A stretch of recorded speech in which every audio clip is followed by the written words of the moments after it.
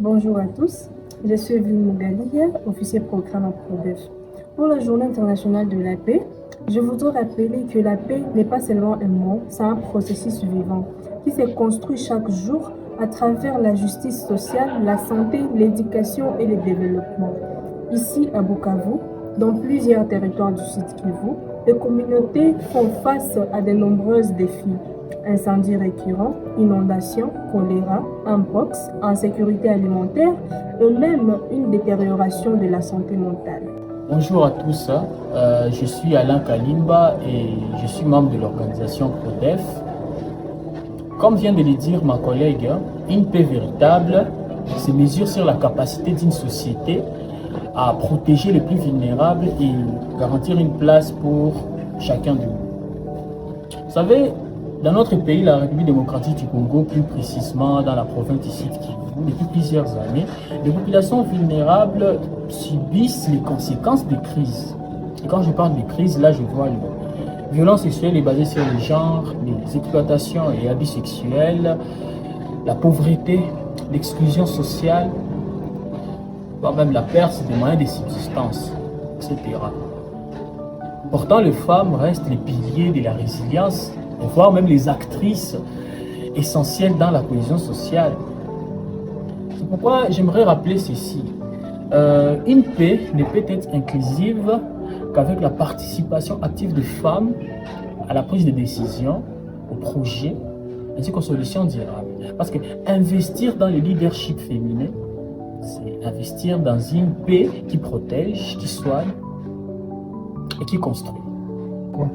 Pourtant, malgré tout, nous voyons de femmes, de jeunes et de familles qui continuent à se battre pour un avenir meilleur. C'est cette résilience qui est le vrai visage de la paix. Aujourd'hui, nous avons le devoir de renforcer cette force collective, d'accompagner les communautés et de bâtir ensemble de bases solides pour une paix durable et inclusive. Ah oui, vous savez, la paix n'est pas juste un slogan. Dans la paix, une paix véritable, on a accès à l'eau potable, à une alimentation suffisante, à l'éducation, à la santé, à un emploi digne, à un environnement sûr. Et en parlant de l'environnement, vous savez qu'ici dans la province du Sud Kivu, plus précisément dans notre ville de Bukavu, nous avons été confrontés à des inondations, des incendies. Et là, on peut ajouter l'insécurité alimentaire, la crise économique, des maladies comme le choléra, le mpox, le paludisme, etc. C'est pourquoi nous devons penser à la paix comme un chemin intégré. Donc, protéger des vies, soutenir des communautés, développer l'économie locale et préserver la dignité humaine. À l'occasion de cette journée internationale de la paix, j'aimerais redire ceci.